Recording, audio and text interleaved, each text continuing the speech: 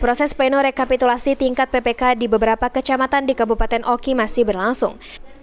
Sementara menunggu jadwal pleno di tingkat kabupaten, maka diprediksi pleno tingkat PPK masih akan terus ditunggu selama 2-3 hari ke depan.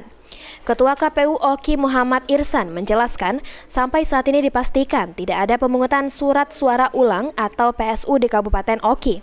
Karena semua surat suara sudah sesuai kebutuhan masing-masing TPS.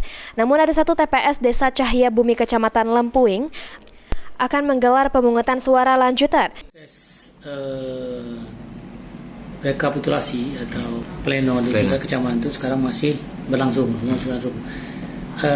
Informasi yang kami terima itu insya Allah malam ini untuk Truklam selesai.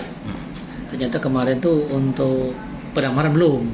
Truklam selesai malam ini, namun belum ada penjadwalan untuk diantar ke kabupaten.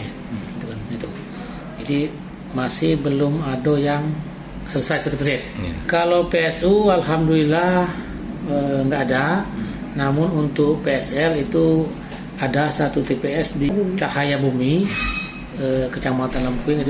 Yang PSL itu yaitu kekurangan surat suara untuk DPD RI sebanyak 153 surat suara.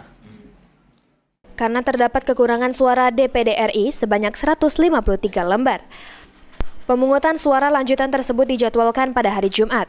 Kini petugas KPU dikawal pihak Bawaslu dan kepolisian masih menjemput surat suara yang kurang tersebut dari Jakarta. Novan Wijaya, PAL TV.